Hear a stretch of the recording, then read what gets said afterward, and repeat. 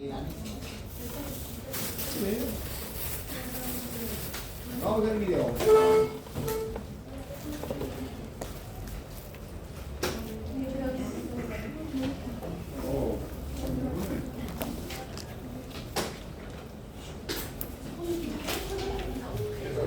Vamos a hablar de las funciones y la regulación de la hormona antidiurética, también llamada ADH por sus siglas o vasopresina.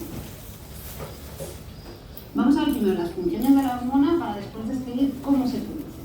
Las funciones a nivel renal lo que va a promover es la reabsorción de agua a través de la fijación de acupolinas en las células del túbulo colector, es decir, de este túbulo, final de la nefrona.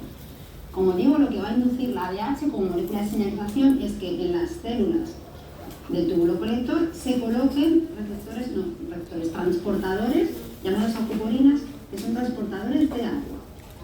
Esta reabsorción de agua se promueve no solo por la presencia de acupolinas, sino por la presencia de un intersticio, de una médula renal muy hiperosmótica, por la función del sistema de retroalimentación de contracorriente y de la urea, como ya hemos estudiado en otro libro.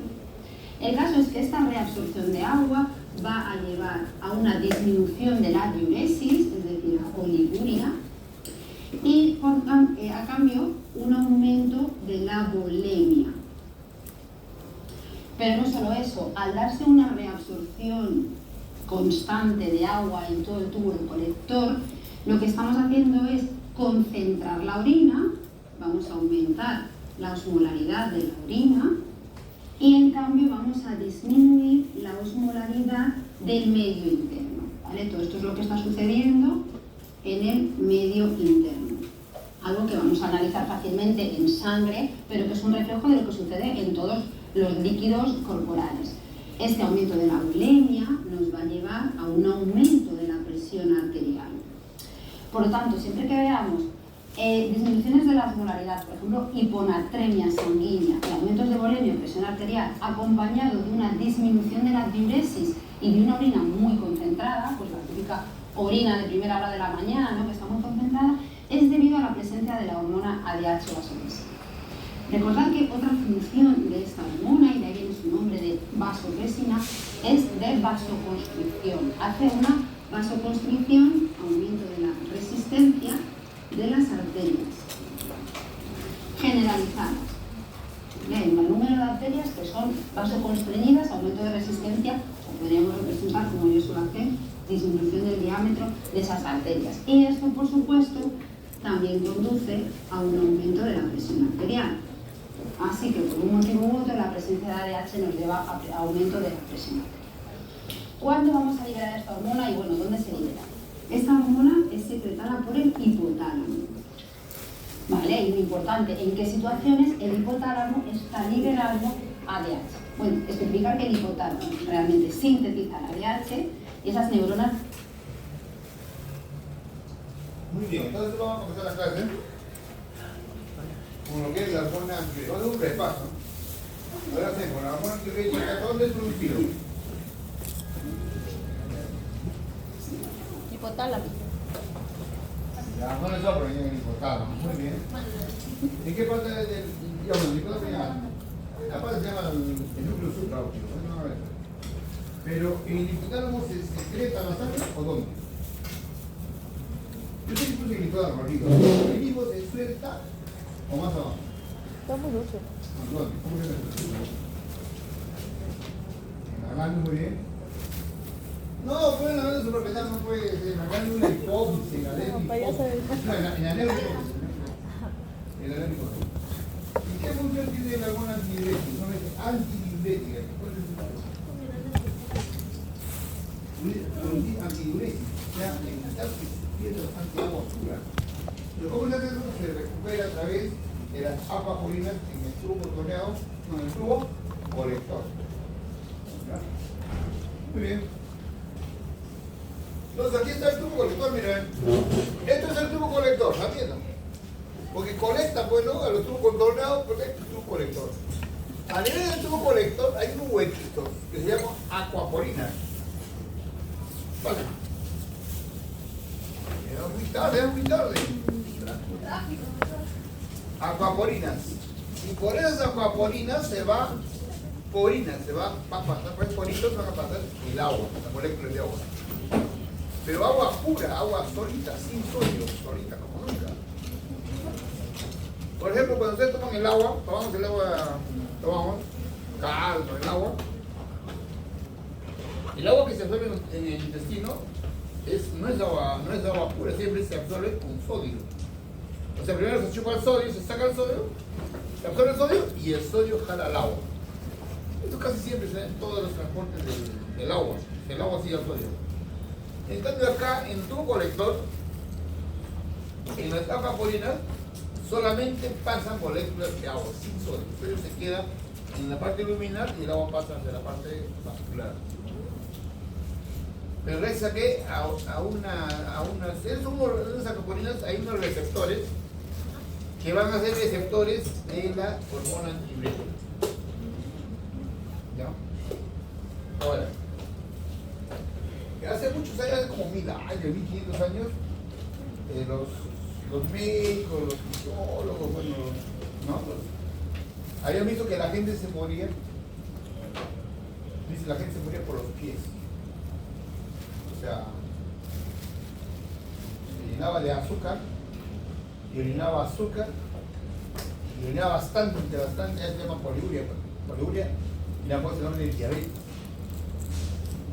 Y ¿por qué la vida así por los pies? Porque la gente se empezaba a enfermar, la piel de la piel diabética y todo eso, y se muere. Entonces apareció la enfermedad.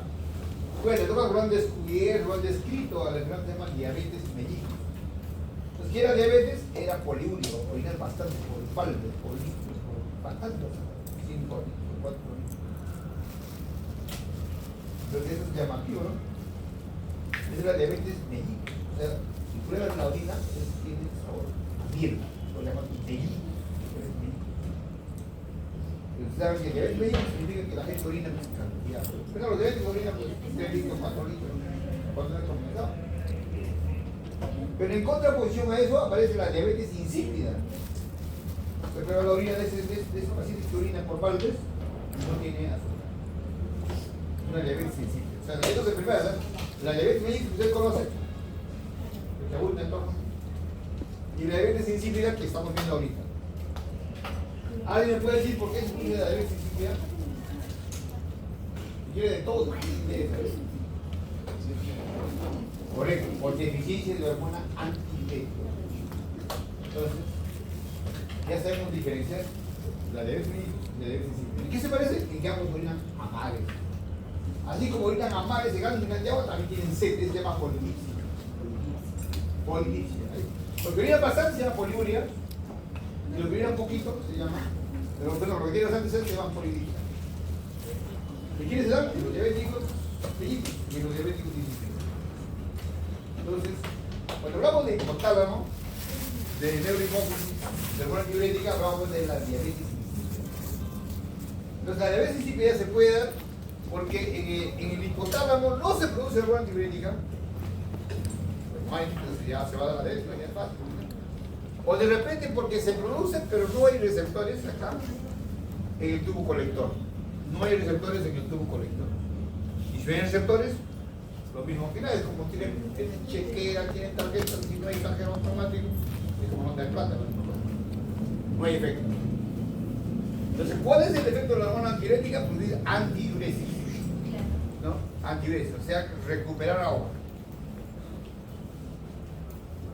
Y si es que no hay antidiuresis, entonces es pérdida de agua, por eso orinan en grandes cantidades los pacientes insípidos o diabéticos insípidos. Eso es para que tengan idea, ¿no? Muy bien. Listo. Ahora, ¿cuál es el estímulo para que se produzca hormona antidiurética? Hay una palabrita que se llama osmolaridad. Entonces, en términos fáciles, ¿qué cosa es osmolaridad?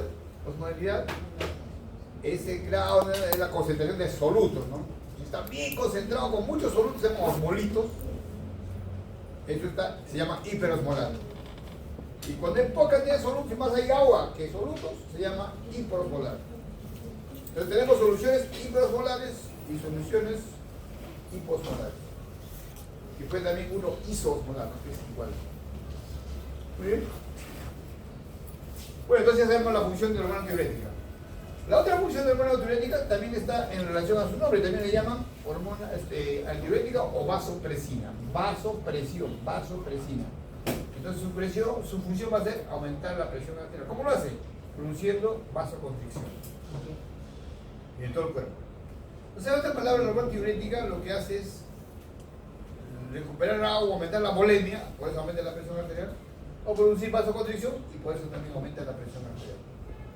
Entonces cualquier estímulo cualquier situación donde baja la volemia o baja la presión arterial, también va a ser un estímulo para que se produzca la hormona antidiurética. Digamos, el hipotálamo vierte la DH en la neurohipófisis, ¿vale? Entonces, bueno, cuando lo digo así para sintetizar, digo que lo libera el hipotálamo, pero en realidad el hipotálamo la fabrica y la neurohipófisis la libera a la sangre.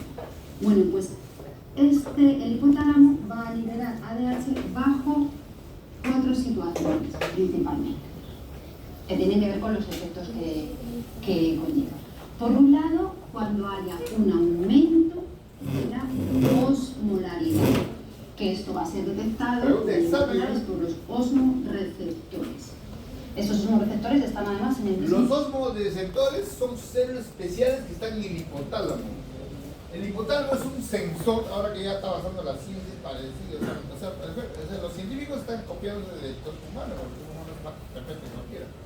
Entonces, en el hipotálamo existen unos osmoreceptores que va a sensar, que va a detectar cómo está la osmolaridad de la sangre.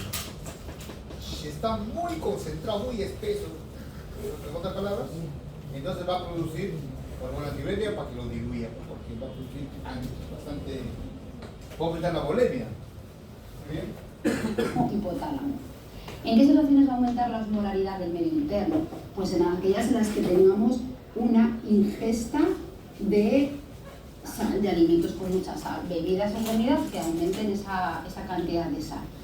Pero también va a ser en situaciones de pérdida de agua, de pérdida principalmente de agua, como ocurre por ejemplo con la sudoración. Cuando uno suda, casi suda agua pura, pero siempre el sudor es un poquito saladito, ¿no? Pero la sangre es mucho más salada. Entonces al perder un poquito, o sea, más agua pura que agua salada, entonces el cuerpo se va a quedar prácticamente con bastante sal adentro, ¿no? Se va a concentrar, ¿no? Va a aumentar la osmolaridad. El sudor es hiposmótico con respecto al medio interno, perdemos más agua que sal, digamos, o sea, perdemos un agua con baja concentración de sales. Entonces esto va a aumentar la osmolaridad de nuestro medio interno. Pero también sucede eso en una situación en la que no hay ingesta de agua, simplemente por ausencia en la ingesta de agua, como estamos perdiendo agua constantemente. Hay abuelitos, hay personas de viejitos de la tercera edad que no toman agua, no les da, pues. No es que ellos son viejitos, están en su cama, están en su asiento. No es como nosotros que ahora no vamos a tomar gaseosa, a comprar agua mineral, no preparamos nuestra limonada, somos jóvenes, pero no somos activos. Pero cuando uno está viejito, por el mismo dolor, por el mismo la pesadez, ya por la edad, no toman agua, se secan los bolitos. Y llega a una situación donde se concentra su sangre y se va a dar una situación de una hiperosmolaridad. Por la respiración de la piel, pues esto nos llevaría a un aumento de osmolaridad.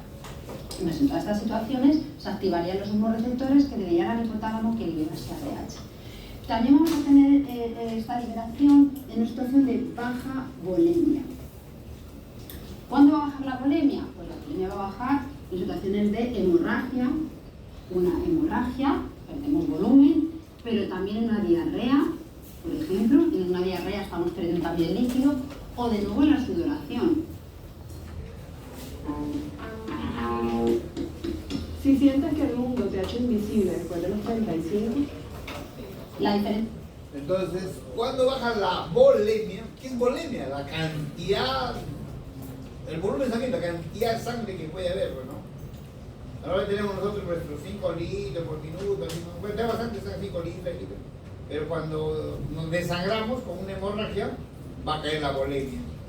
O de repente sufrimos de una diarrea masiva tipo enfermedad de cólera, o de repente una infección intestinal así por una bacteria Echerichia coli enterotoxigénica, y vamos a tener una diarrea acuosa masiva, y entonces va a caer la bulimia.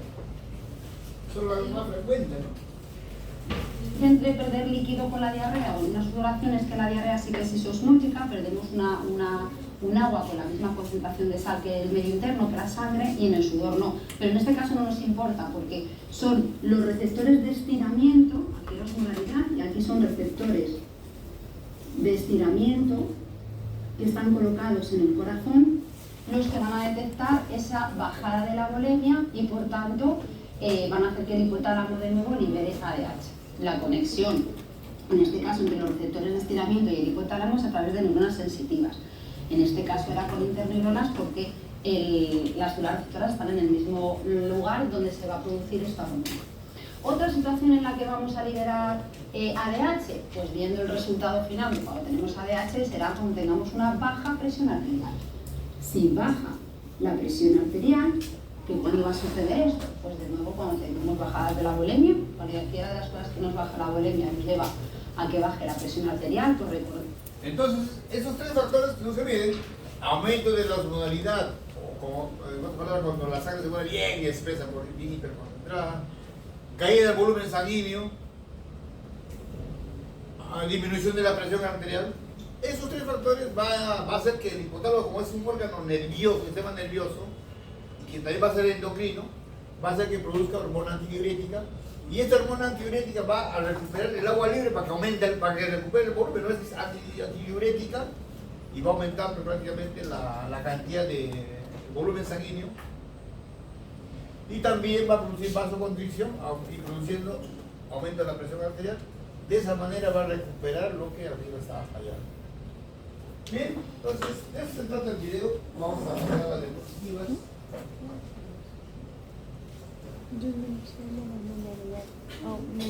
Vamos a ver entonces la fisiopatología de la hormona de crecimiento. Vamos a ver las patologías como el gigantismo, la acromegalia y el enanismo.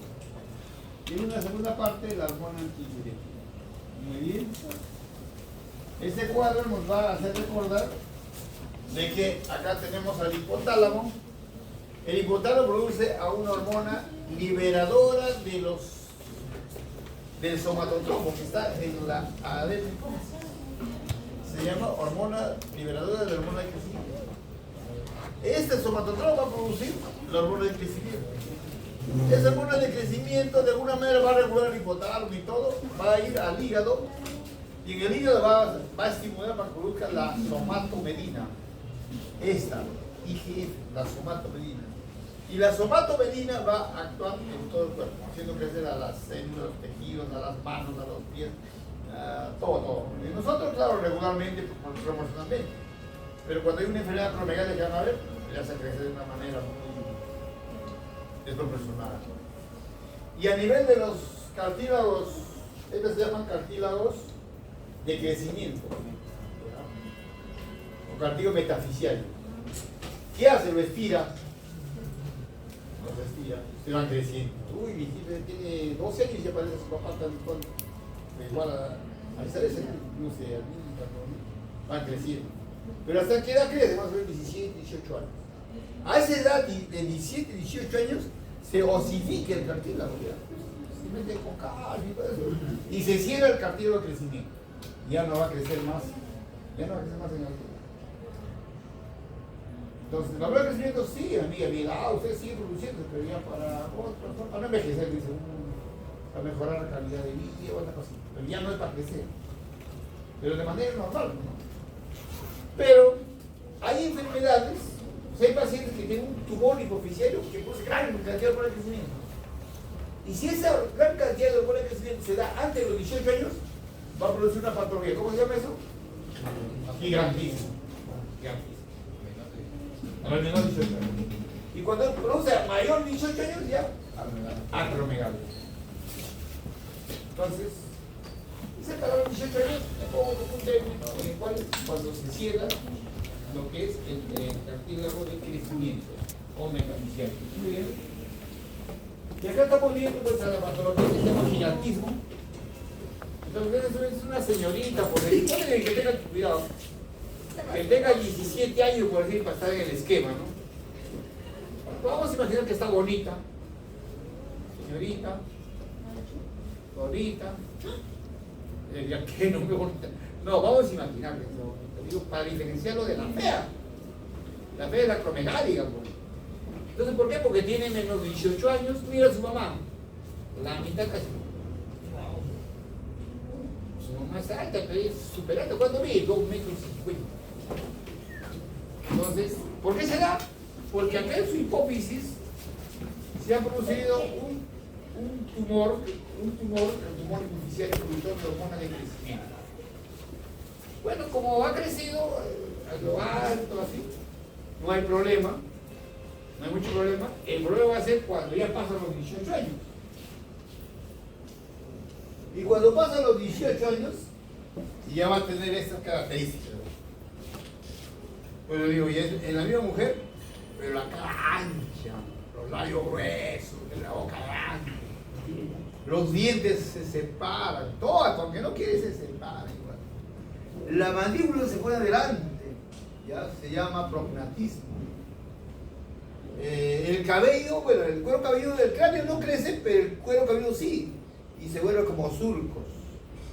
Las manos bien anchas, pues acromegalia. Los pies bien anchos hasta que el calzado sube. Oye, ¿la mano? El calzado sube. Bueno, sube de número. Si calza 39, 40, ahora calza 44, 45, no quieres. El corazón crece, todos los órganos crecen. Estos son los acromegálicos. Y estos acromegálicos vienen a veces para la consulta por un dolor de cabeza, porque tiene un tumor cerebral, pero en el hipófisis, ahí tiene un tumor. Y vienen por esta clase, pues, disminuye el campo visual. Cuando caminan en la calle se chocan con todo el mundo. No se dan cuenta. Se chocan con todos. Dicen que no se aprovecha. No, él no mira, los resultados su campo visual se reduce. ¿Se acuerdan cuando hacemos el examen neurológico en el segundo par craneal? Agudeza visual, campo visual, ¿se acuerdan, no? Con eso. Uno tiene que mirar al frente y usted le dice, señor, ¿usted va a decir cuándo desaparece este pulmón? Y dice, ya lo veo. Y su campo visual es chiquito. ¿Por qué? Porque tiene un tumor en la hipófisis. Porque la hipófisis está en la silla turca de los huesos senoides y a los costados de la silla turca de los huesos senoides está el quiasma óptico. Y la vía óptica pues, se altera, por eso que disminuye el campo visual. Acuérdense, ustedes están haciendo su anamnesis, ya saben su anamnesis a un paciente de ¿qué tiene? Me duele la cabeza. ¿Qué más, señora? No, lo que pasa es que cuando camino acá me choco con todo el mundo. Encima lo ve ya en el físico, lo ve con una cara ancha, así como esto. No, mira, bien deformado. Y esto se llama acromegalia, porque esa acromegalia se va a dar cuando hay aumento de la secreción de hormonas de crecimiento, pero después de los 18, no 18 exactamente, después que se cierren los cartílagos de crecimiento. Si se da antes, va a dar gigantismo.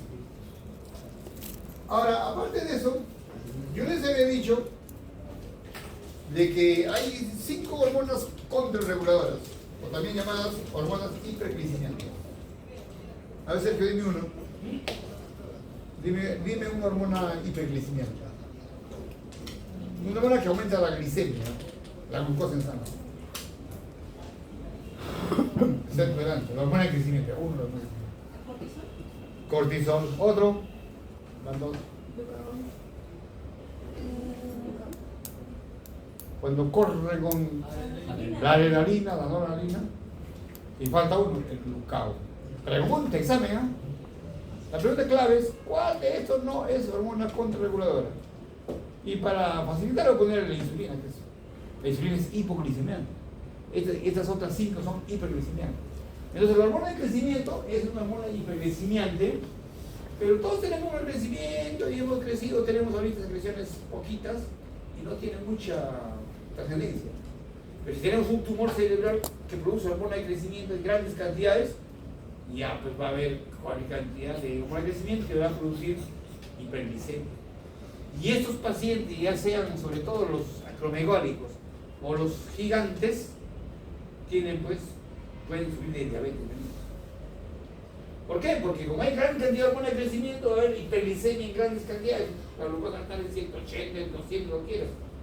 Y la célula beta va a producir bastante insulina para bajar esa cantidad de glucosa. Tanto va a trabajar el páncreas que las células beta al final van a morir y eso se llama diabetes mellitus. Secundario a un tumor superficial, productor de hormona de crecimiento. En contraposición al gigantismo tenemos, ¿no?, al enanismo, ¿no? Él medirá su metro, no, 50 centímetros. 50 centímetros, yo mido 50, él mide 50. Eso decir. ¿Pasen? Entonces, ellos pues tienen una poca secreción, tienen una. ¿Qué habrá pasado? Algo de haber, esa parte no lo he estudiado, pero de alguna manera no se produce hormona de crecimiento. Y esa hormona de crecimiento pues, sirve para crecer desde la etapa de lactante hasta los 18 años, ¿no es cierto? Y entonces estos pacientes proporcionalmente son enanos proporcionales. Y no es como decir un hombrecito, ¿no? Y eso están en los hijos, están grabados. Casi todos los casos de enanismo se deben a deficiencia generalizada de la secreción de la secreción de la adenohipófisis durante la infancia. En general, todas las partes del organismo se desarrollan de forma proporcional. Es muy proporcional, ¿ves? No está una cabezota o un cuerpo, no. Es como decimos un hombrecito. Bien, por deficiencias de hormona de crecimiento. Entonces, así se llama pues el enanismo hipoficiario y lo pueden detectar tomando una resonancia, como dice acá, ¿no? Se toma una resonancia y se puede detectar algunas fallas que como si no tuviera glándula. Está atrofiado, ¿no? Eso ya lo van a ver después. La glomerala, ya les he dicho, es lo mismo, pero cuando se produce después del cierre del cartílago de crecimiento. Todo crece, todo se deforma y sobre todo son diabéticos, tienen hiperglicemia. Acá también una foto de un glomerálico deforme, ¿no? Mira ahí la mandíbula crecida, mira ahí en la frente, por acá se ve algo. No, como algo más está crecido, como algo más que está crecido. Pero no crece el hueso, ¿eh? Lo que crece ahí es lo que crece más que el hueso crece el todo ahí. Muy bien. Y como segunda parte vamos a hablar de la hormona antidiurética. Entonces es una repetición, ¿eh? Entonces la hormona antidiurética se forma principalmente en el núcleo supraóptico del hipotálamo. El hipotálamo tiene dos núcleos importantes en este campo: el supraóptico y el paraventricular. El supraóptico produce la hormona antidiurética y el paraventricular la oxitocina. Esas dos hormonas viajan a través de los axones, no por la vena, sino pasan por el nervio, o sea, por los axones, a manera de neurotransmisores, viaja, va bajando y llega a la neurohipófisis. Y de la neurohipófisis sale hacia la sangre, por eso se llama glándula, no es una glándula. Y luego va pues ¿a dónde? A su receptor que se encuentra en el riñón. ¿Dónde? ¿En qué tubo? Tubo colector. ¿Cómo te llamas? Tubo colector. Y tiene un receptor B2, y luego le activa, y luego se abren las acuaporinas, y el agua que estaba pasando por el tubo colector para que se despedía y se iba a la papila renal, los cálices menores, que ya se iba al valle prácticamente. Cuando está pasando por ahí se abren las acuaporinas y se mete a las acuaporinas y regresa a la sangre. Por eso se llama antidiurética. ¿Ya? Entonces, la deficiencia de vasopresina ocasiona la producción de grandes volúmenes de orina. Cuando no hay vasopresina, cuando no hay hormona antidiurética, entonces no va a haber antidiuresis, no va a haber recuperación de agua libre. Y la orina se va a perder. Y va a orinar en grandes cantidades, eso se llama poliuria, en grandes cantidades. En grandes volúmenes se llama poliuria, bien diluida, poco concentrada, y como consecuencia de eso, el cuerpo va a faltar agua y el hipotálamo va a captar eso y va a producir la sed. Esa sed aumentada se llama polidipsia. Se va a ver poliuria y va a haber polidipsia en esos pacientes diabéticos insípidos. Estos síntomas son diagnósticos de la diabetes insípida. Pregunta de examen. Le puedo preguntar como un caso clínico, así, simple nomás.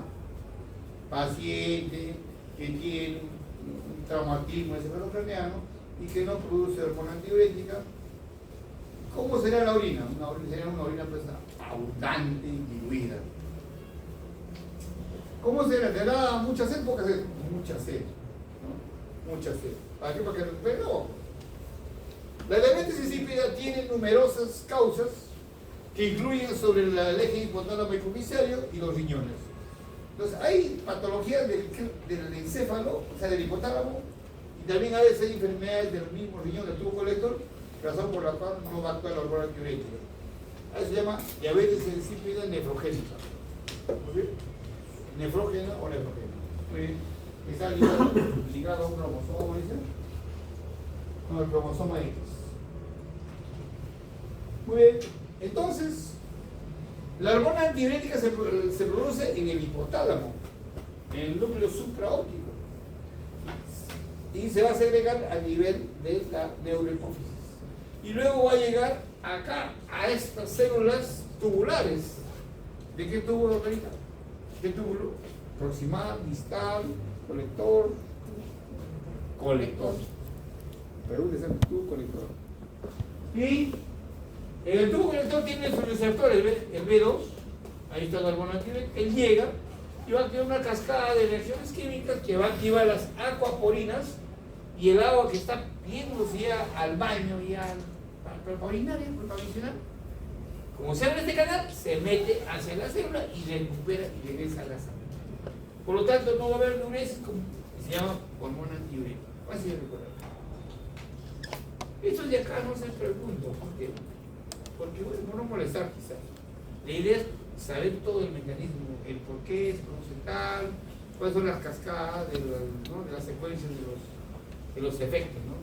Entonces, la hormona antidiurética se produce en el hipotálamo, se llega a la neurohipófisis, va hacia acá, los receptores B2 de las células tubulares del tubo colector, que esto desencadena una cascada de reacciones químicas que al final va a abrirse las acuaporinas y se va a reabsorber agua pura, agua libre, agua sin sodio, ¿no? Y se produce la antidiuresis. Muy bien, seguimos con hormona antidiurética. Un volumen sanguíneo y una presión arterial bajo van a hemos visto en el video, ¿no? La hipovolemia, la hipotensión, la hiperosmolalidad va a estimular al hipotálamo para que produzca la hormona antidiurética. Y esa hormona antidiurética tenía dos efectos. Uno, producir antidiuresis, recuperando agua libre, que hemos visto ahí en el libro anterior, y produciendo vasoconstricción, ¿no? De esa manera aumenta la presión arterial. Muy bien. La hormona antidiurética aumenta la absorción de agua, ¿no? ¿Dónde? En el tubo colector, ¿no? El tubo colector. Entonces, hay enfermedades que lesionan al encéfalo, como un traumatismo encefalocraniano, y no va a haber hormona antidiurética. Hay otras enfermedades donde lesionan al tubo colector, enfermedades renales, ¿no? Enfermedades renales, ¿no? Y se llaman diabetes insípidas, pero nefrogénicas. Y al final esas diabetes insípidas lo que van a hacer es, la gente va a orinar en grandes cantidades, que se llama poliuria, con una orina insípida, porque no es dulce. Muy semejante a la orina del diabético, que es igualito en grandes cantidades, pero con sabor a dulce. Pues ya le han puesto el nombre de diabetes mellitus. Entonces la diabetes mellitus y la diabetes insípida se parecen. ¿En qué? Ambos tienen poliuria. ¿En qué se diferencian? En que acá la orina es dulce y acá la orina es insípida. ¿En qué se parecen? Ambos tienen bastante sed. El diabético y el diabético, ¿conocen ustedes? Cuando se descompensas tiene poliuria o aliligia y polifagia. El diabético insípido, que puede ser enfermedad que tiene un tumor cerebral o tiene alteraciones en el tubo colector, lo que sea, también tiene poliuria, orina bastante, y como compensación tiene bastante sed. Polilipsia y poliuria. ¿Se dan cuenta?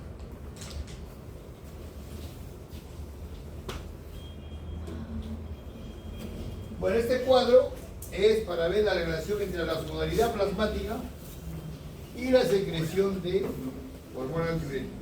A mayor osmolalidad, mayor secreción de hormona antidiurética.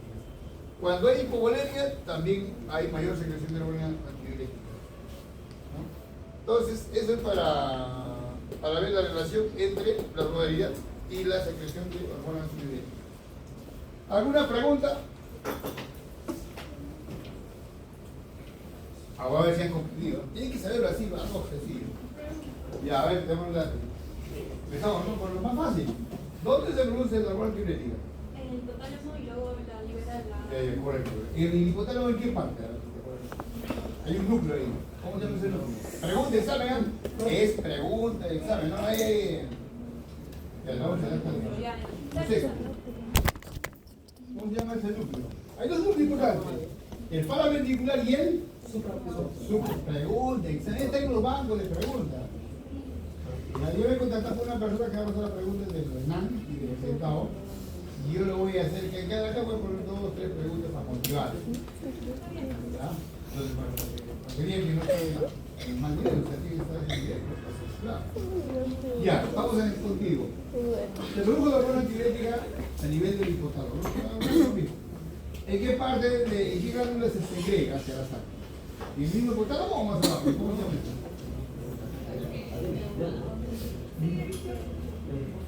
En la neurohipófise. Listo. Ya, contigo Ana. Se produjo la secreción de la hormona genética. Va a actuar a nivel de qué tubo? Túbulo. ¿Qué túbulo? Colector. Y hay unas proteínas transportadoras que transportan agua libre desde el aquaporina. Ahí tienen que estudiar, así es tema popular. De tanto que estudia, ¿lo sabes? Ingresa. Muy bien. Ahora por acá, a ver, le voy a preguntar.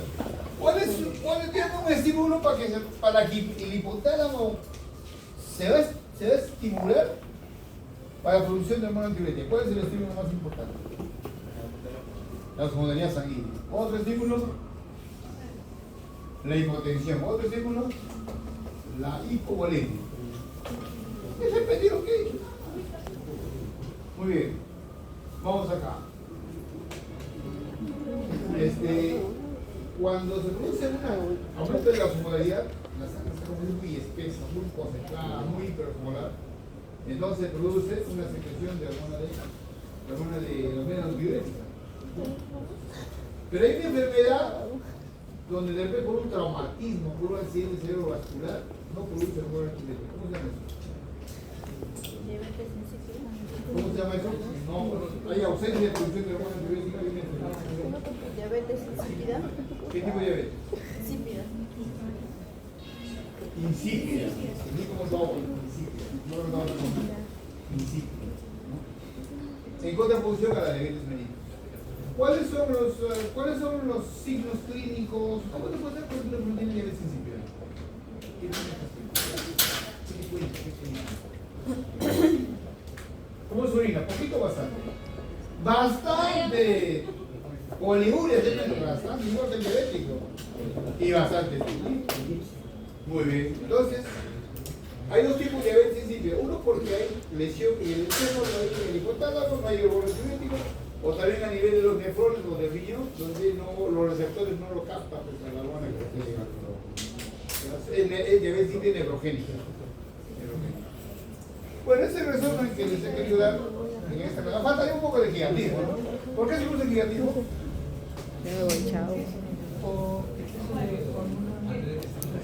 Ya, hormona de crecimiento. A ver, Valentín, ¿en qué casos puede haber exceso de hormona de crecimiento? O un adenoma, un tumor hipoficiario. Correcto. A ver, aquí, el gigantismo y la acromegalia. ¿Cuál es la diferencia? Claro, cuando ya se cierra el cartílago de crecimiento, ya no es gigantismo, sino acromegalia, con características típicas de un hombre, una persona fea, ¿no? Crecimiento de todo, en lo ancho, ya digo, para que te acuerdes, porque es fácil, yo ya, para mí mismo, el gigantismo, sobre todo el acromegálico, ¿de qué sufre? ¿De qué enfermedad? De diabetes. Es su pregunta de examen, ¿no? Listo, chicos, ahora hemos terminado. Repasen. Clase hecha, clase aprendida.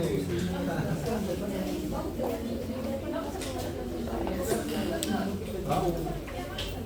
Pues, no que yo morí, sigue moliendo.